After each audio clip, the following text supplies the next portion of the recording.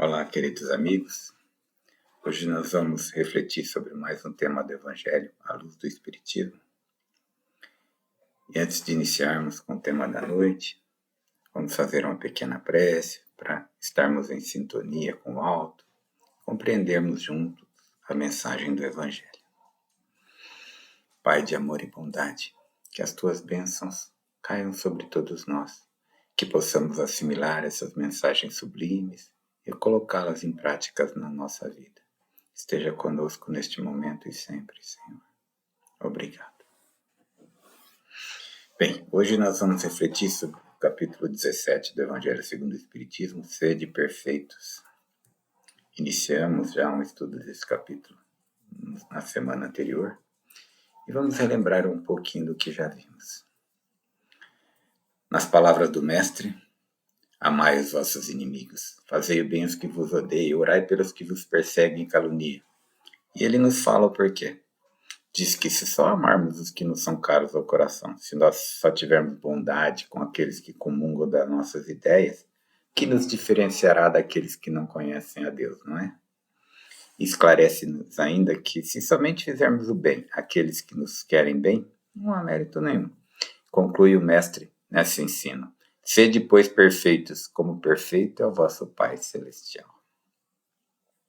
Uma meta ambiciosa o Mestre nos propõe. E o Evangelho segundo o Espiritismo nos esclarece em relação a essa meta, essas palavras do Mestre, que efetivamente jamais atingiremos a perfeição do Criador, pois somos sua criação. Mas teremos sim a oportunidade de alcançar o mais alto grau de perfeição possível dentro dessa programação divina para todos nós. Alcançaremos um dia a pureza espiritual, teremos pensamentos puros, não necessitaremos mais desse corpo grosseiro, com suas dores, suas provas, suas expiações, não é? Bem, como buscar essa aproximação com a divindade? O Mestre nos fala: ama os inimigos, faça o bem aos que vos odeiam, ora pelos que vos perseguem, fazei aos outros o que gostariam que fizesse por ti. Então, essa essência da perfeição, como vimos no capítulo 15, é a caridade, no seu mais amplo aspecto, né? É aquele amor incondicional pelos nossos semelhantes. Tendo isso em mente, duas perguntas nos surgem. A primeira: será breve essa evolução? Quando atingiremos essa perfeição dentro de espíritos puros, como a doutrina espírita nos esclarece? Será que nós encontraremos este amor em nós, sem conhecimento, sem intelecto, sem conhecer as coisas de Deus? Bem, para a primeira resposta, será breve essa evolução? Sabemos que não, infelizmente não. Avançamos lentamente, melhorando pouco a pouco, dia a dia, vencendo cada imperfeição da nossa alma. É a famosa reforma íntima que o Espiritismo nos convida. Quem ouviu os temas iniciais deste capítulo deve ter ouvido ensinos que certamente renovam nossas forças nessa busca, nessa luta diária pelo nosso autoaprimoramento. E a resposta para a segunda pergunta: será que nessa evolução nós temos que procurar esse aprimoramento contínuo, mas somente aprimoramento moral, ou seja, só o amor basta? Ou o intelecto também é importante? A pergunta 224 do livro Consolador pergunta: a alma humana pode se elevar para Deus tão somente com o progresso moral, sem os valores intelectuais? E a resposta da espiritualidade superior: o sentimento e a sabedoria são as duas asas com que a alma humana se elevará para a perfeição infinita. E ele vai nos explicando que no nosso planeta, na nossa situação em particular, deste nosso mundo, ambos são imprescindíveis ao progresso, o adiantamento moral e o adiantamento intelectual. Porém, nós temos que considerar sempre a superioridade do primeiro em relação ao segundo. Ou seja, a moral vem primeiro, depois o intelecto. Porque conhecimento sem moral pode nos oferecer numerosas perspectivas de queda. Repetições de experiências humanas fracassadas. Enquanto que o avanço moral jamais é excessivo, ele representa o núcleo mais importante das nossas energias evolutivas. Então, resumindo o que já sabemos, necessitamos de estudo, de conhecimento, de tentar compreender a natureza, o ser humano, as leis do Criador, tudo como conhecimento é útil. Traz resignação, traz compreensão do nosso momento, das nossas dores, traz serenidade nas lutas necessárias ao nosso aprimoramento. Mas o amor é o mais importante núcleo da nossa escalada evolutiva, né? Aquela compaixão pelo inimigo, a ternura, a piedade por aqueles irmãos mais embrutecidos. São conquistas da nossa alma, vitória efetiva sobre o egoísmo. Esse é um grande fator de elevação. Não só individualmente, mas também necessário para a evolução deste nosso planeta como um todo, né? Então, fora da caridade não há salvação. Então, fora desse entendimento em relação ao que temos que fazer por todos os nossos irmãos, que é o amor, não atingiremos a perfeição absoluta, né? E o mestre, quando estava conosco, usou muitas histórias para colocar nas mentes, ainda embrutecidas, né, os conceitos elevadíssimos para aquela época. E falou da necessidade de buscar elevação. Essa história não está nos evangelhos, mas nos contam os amigos espirituais que o mestre disse, falando sobre esse tema. Que em uma época muito difícil, onde os homens estavam em crise de perversidade e ignorância, o Criador enviou emissários na carne para ajudar a humanidade. Enviou homens para que pudessem guiar a humanidade. Homens preparados para esse labor, né? Que nós podemos até identificar na história se formos a fundo, né? Então, nas palavras do mestre, o Criador enviou primeiro um sábio que se fez um eminente professor, culto, inteligente, apaixonou-se pela erudição e esqueceu de levar o conhecimento aos que mais necessitavam. Então o Criador mandou outro emissário de ciência, que decorrido algum tempo transformou-se num médico admirado, recebeu um grande conceito público e passou a cuidar somente dos maiorais da terra, esquecendo a pobre necessitada. O Criador então enviou outro grande homem de conhecimento, que se transformou num exímio guerreiro, um grande conquistador, que conquistou quase todo mundo e passou a acreditar que o povo vivia para servir aos mais fortes. O Criador enviou outro sábio, que ao contato com o mundo dos homens, procurou a beleza, o belo, transformou-se em um primoroso artista, isolou-se na busca dessa perfeição estética. Foi então que o Excelso Pai, preocupado com tantos insucessos, ordenou a vinda de um mensageiro de amor aos homens. Este mensageiro enxergou todos os quadros dolorosos da terra, sentiu imensa piedade da humanidade. Compadeceu-se dos emissários anteriores, da dureza da vida do homem, e passou realmente a trabalhar ativamente em benefício de todos. Veio para servir, desculpou erros, compreendeu ofensas, amou sem reserva seus irmãos. Sofreu perseguições, calúnias, mas não deixou de dar o exemplo de amor àqueles companheiros animalizados. Foi então, fazendo-se o último de todos, que conseguiu acender a luz da fé renovadora e da bondade nos corações terrestres, conseguindo então plena vitória na missão que o Criador lhe deu. E o mestre concluiu essa história dizendo: cultura e santificação representam forças inseparáveis da glória espiritual. A sabedoria e o amor são as duas asas dos anjos que já alcançaram o trono divino. Mas em toda parte, quem ama segue à frente daquele que simplesmente sabe. Bonito, não? E grande é a nossa dificuldade em trazer para o nosso dia a dia todos esses conceitos sublimes, como buscar elevação diante das dificuldades diárias, como aplicar o que sabemos na nossa vida cotidiana.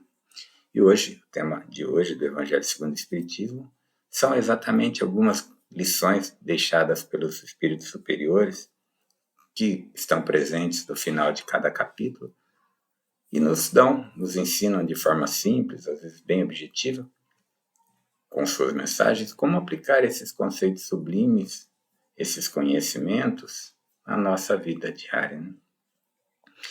Veremos basicamente 4 ensinos nos ajudando nesse aprimoramento espiritual.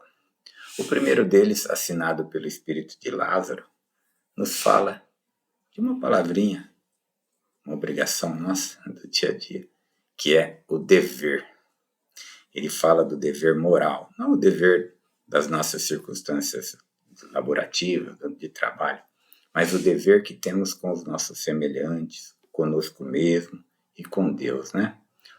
E ele nos diz que o dever, aquilo que temos que fazer, que sabemos que é responsabilidade nossa, que nos comprometemos durante a nossa vida, esse dever muitas vezes entra em conflito com as paixões, com o coração.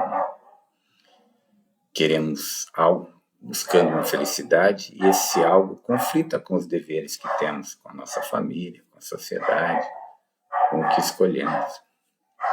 Até onde devemos manter o dever, mesmo sofrendo? Não é? Essa é a pergunta.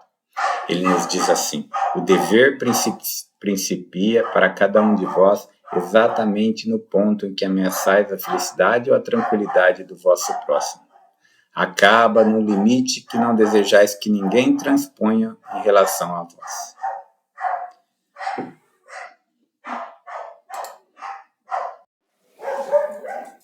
Alguns podem alegar: meus deveres são maiores, minhas dores são maiores.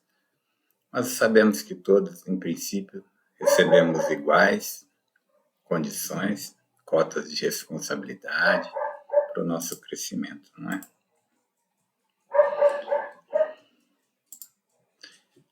Cotas de sacrifício, dever.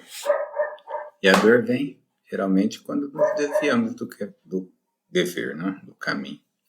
Nos diz o amigo que dever é a bravura da alma. Então devemos amar o dever. Ele cresce e crescemos com ele. Assim nos diz o Lázaro. Quando bem cumpridos nossos deveres, nos elevamos individualmente, e o cumprimento dos deveres coletivamente elevará todo o nosso planeta. Essa é a primeira mensagem. A segunda mensagem nos fala sobre superiores e inferiores, sobre hierarquia, assinada por Cardeal Borloo. Ele nos diz que a autoridade, tanto como a riqueza, é uma delegação, algo que teremos que prestar conta àquele que se acha investido dessa autoridade, assim como prestamos conta da riqueza. Né? Pode ser uma missão ou uma prova, dependendo das necessidades dos subordinados ou do próprio espírito que tem autoridade como dever. Né? Então, é uma responsabilidade que, quando bem cumprida, nos eleva. Não é privilégio absoluto de ninguém, pois quem manda hoje pode estar recebendo ordens amanhã.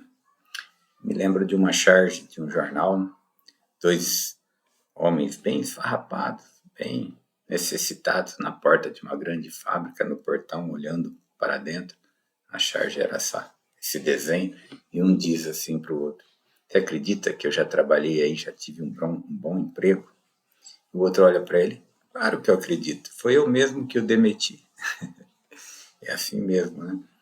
Hoje podemos ter nas mãos a autoridade e amanhã podemos ser um subordinado como qualquer outro, né? Então, maior é, portanto, a responsabilidade de quem tem autoridade nas mãos.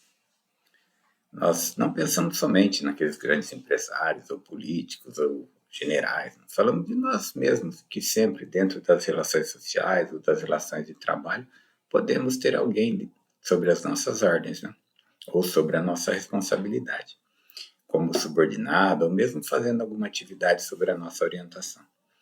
E responderemos então pelas boas ou más diretrizes que dermos, pelos maus exemplos ou pelos bons, pela instrução sadia ou negativa. Seremos responsáveis pelos vícios ou virtudes que expusermos esses seres. Né?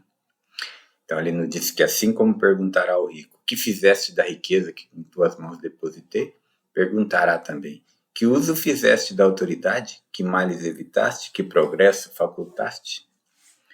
Então, com certeza não foi para que tivéssemos cumpridores das nossas vontades que nos foi dada a autoridade. Foi sim para que, como mais fortes em determinado momento, pudéssemos amparar e ajudar outros a subir, nos diz o amigo. Nós podemos alegar com razão que qualquer cristão verdadeiro que procura seguir os ensinos do Mestre, tendo ou não tendo autoridade em mãos, não pode fazer distinção de tratamentos, né? Pois sabemos que todos são iguais e não há privilégios sociais no reino de Deus. Em relação, em especial, o espírita, né, por conhecer as leis de reencarnação, sabe que será tratado um dia da mesma forma como que tenha tratado seus semelhantes quando tinha nas mãos a autoridade. Então, da mesma forma, os subordinados também devem cumprir com suas obrigações, mesmo que aqueles que lhes são superiores não cumpram, né? Pois sabemos que não é lícito pagar o mal com o mal. É difícil, sim, nas relações sociais e de trabalho de hoje, praticar esses princípios, mas são princípios cristãos que saberemos um dia compreender melhor.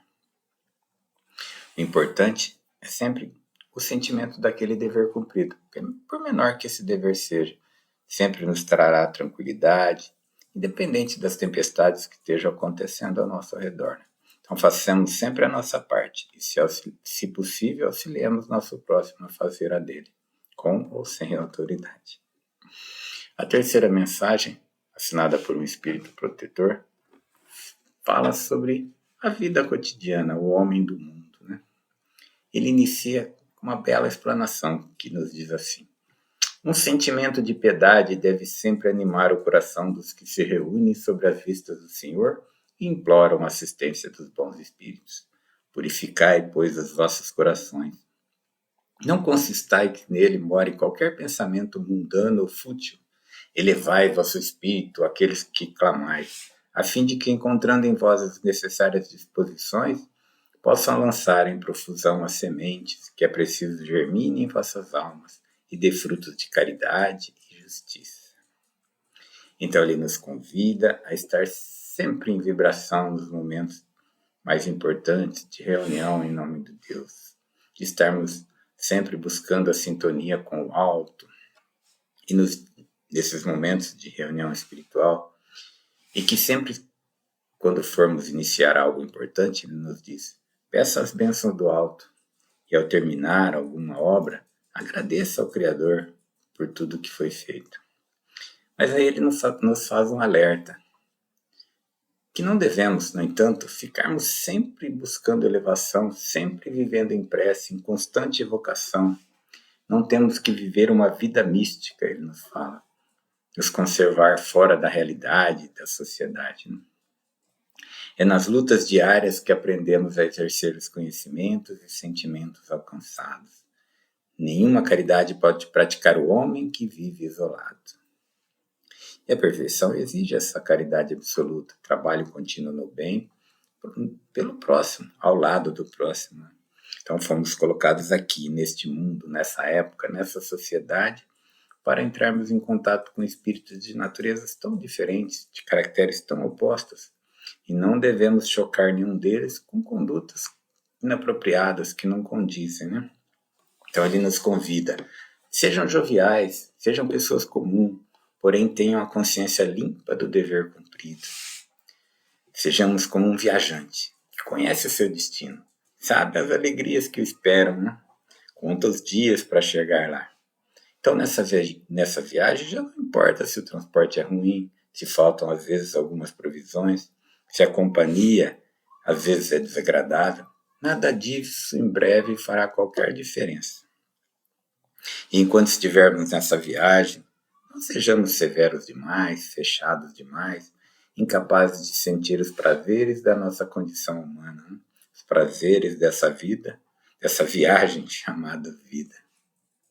Mas o amigo nos faz um alerta. Então, como vamos compreender bem isso, de vivermos uma vida, entre aspas, mundana, ao mesmo tempo espiritualizada? Como avaliar o nosso proceder? Ele fala assim: cuide para que seus atos não possam ofender ou fazer corar aquele que vos ama. Ou seja, para ver se uma ação está dentro disso ou não, como pensamos assim: como procederíamos se estivéssemos à frente daqueles que nos são caros, daqueles que nos amam, naquele tal proceder? E assim saberemos se aquilo está dentro ou não. Ele termina assim: Deus é amor, e aqueles que se amam santamente, Ele os abençoa. Então poderemos viver essa vida humana com suas alegrias, desde que tudo o que façamos esteja de acordo que estejam de acordo com o nosso proceder diante daquele que amamos, daqueles que nos amam. A quarta mensagem é cuidar do corpo e da alma, a importância de cuidar da espiritualidade, mas também do corpo físico, assinada pelo Espírito George. Ele nos faz uma pergunta assim: consistiria na maceração do corpo a perfeição moral? Ou seja, devemos prejudicar nosso corpo físico e exigir ao máximo dele buscando o aprimoramento moral? E nos diz que a nossa alma, enquanto encarnada, é cativa da carne. E como espíritas sabemos para que essa prisioneira viva, se expanda, chegue mesmo a conceber ilusões de liberdade, tem o corpo que estar são, disposto, forte.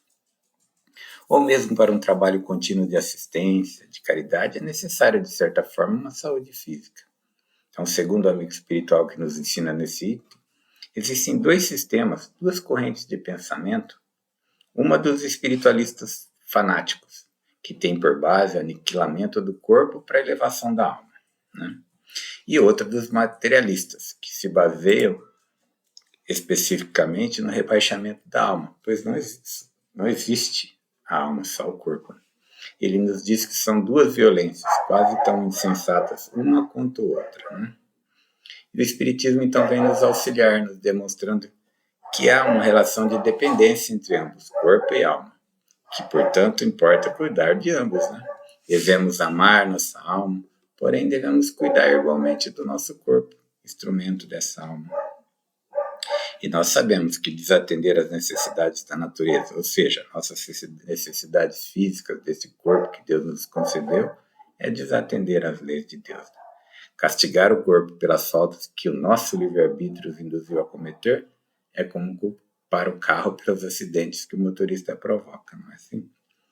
Então, martirizando o nosso corpo, não seremos menos egoístas, nem menos orgulhosos, nem mais caritativos com o nosso próximo. Não cumprirá a sua finalidade, não é?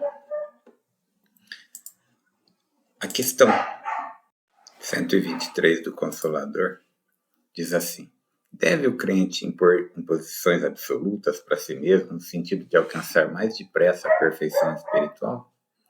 E a resposta: o crente deve esforçar-se o mais possível, mas de modo algum deve nutrir a pretensão de atingir a superioridade espiritual completa de uma só vez, porquanto a vida humana é um aprendizado de lutas purificadoras. E no cadinho do resgate, nem sempre a temperatura é amena. Alcança, às vezes, a mais alta tensão para conseguirmos alcançar essa pureza desejada. Em todas as circunstâncias, guarde o cristão a prece e a vigilância. Prece ativa, que é o trabalho no bem, e vigilância, que é a prudência necessária, de modo a não trair novos compromissos. E nesse esforço, a alma estará preparada para estruturar o futuro de si mesma, no caminho eterno do espaço e do tempo, sem o desalento dos tristes, sem a inquietação dos afoitos. Bonito. E quando veremos o mundo no caminho certo? Quando saberemos que esses dias de renovação para a humanidade estão a caminho? Temos evoluído muito nas asas do conhecimento. No século passado, passamos dos conhecimentos básicos de mecânica para um salto de tecnologia. Criamos máquinas, equipamentos pouco sonhados até então. E agora nós precisamos desse salto moral, conhecimento do amor, da caridade, da sua importância para toda a humanidade. No livro Jesus no Lar, no capítulo 24, intitulado Sinais de Renovação, o mestre já nos dá o que esperar dessa época sublime. Ante a Assembleia Familiar, ele falou assim, persuasivo: quando o reino divino estiver nas portas do homem, a alma do mundo estará renovada. O mais poderoso não será o mais desapiedado, mas sim aquele que mais ame. O vencedor não será o que tiver mais que exterminar seu inimigo, mas aquele que combater a iniquidade, a ignorância em si mesmo, até a extinção do mal na sua natureza. O mais eloquente não será o dono do mais belo discurso, mas sim aquele que aliar as palavras santificantes aos próprios atos, elevando todos ao seu redor. O mais nobre não será o que tiver mais títulos transitórios da terra, mas sim aquele que acumular mais intensamente créditos de amor e de gratidão no coração dos mais necessitados. O mais respeitado não será o que tem mais ouro ou poder armado, mas o de melhor coração. O mais santo não será aquele que se isola em altares de orgulho, evitando o contato com os que padecem, mas sim aquele que desce da sua grandeza, estendendo mãos fraternas aos miseráveis e sofredores. O mais puro não será aquele que foge ao contato do mal, mas aquele que mergulha no lodo para salvar seus irmãos caídos sem contaminar-se. E o mais sábio não será aquele que possui mais livros, teorias, conhecimento, mas assim aquele que, embora saiba muito, procura sempre acender luzes de saber nos irmãos em sombras ao seu redor. O mestre, quando disse isso, olhou a noite clara, com olhos provavelmente no futuro da humanidade, e disse: nesta época sublime, os homens não mais deixarão o lar para combater os próprios irmãos. Guerrearão as trevas da ignorância, as chagas da enfermidade e as angústias da fome. Desses dias sublimes, o arado, as ferramentas de trabalho substituirão os carros de combate nas exibições públicas. O livro substituirá a espada no espírito do povo. As competições serão para mostrar quem mais ama o seu semelhante, quem mais se sacrifica pelo próximo, quem mais luta pela paz. Esperamos que todos nós possamos fazer parte desse porvir glorioso para a humanidade, muito em breve, quem sabe. Que Jesus continue nos abençoando, nos auxiliando nessa busca de elevação, de espiritualidade, nessa busca de crescimento que todos nós almejamos. Que Ele nos ilumine. Terminamos essa nossa reflexão de hoje, né? E vamos às nossas preces, finalizando esse nosso estudo. Obrigado, Senhor, pelas palavras que nos fornecem um caminho, que elas possam penetrar em nossos corações, que possam gerar frutos de amor e caridade. Rogamos por todos aqueles que não compreendem o Teu Evangelho sublime, Senhor, que ainda buscam a felicidade nas satisfações humanas, materiais, que compreendam o verdadeiro sentido da vida, Senhor, que todos nós possamos compreender, que possamos crescer espiritualmente, que a humanidade possa evoluir a cada dia. Te rogamos que essa busca esteja sempre iluminada pelos espíritos evoluídos que estão ao nosso redor. Auxilia principalmente, Senhor, aqueles irmãos mais distanciados de Ti. Obrigado por ouvir nossas preces.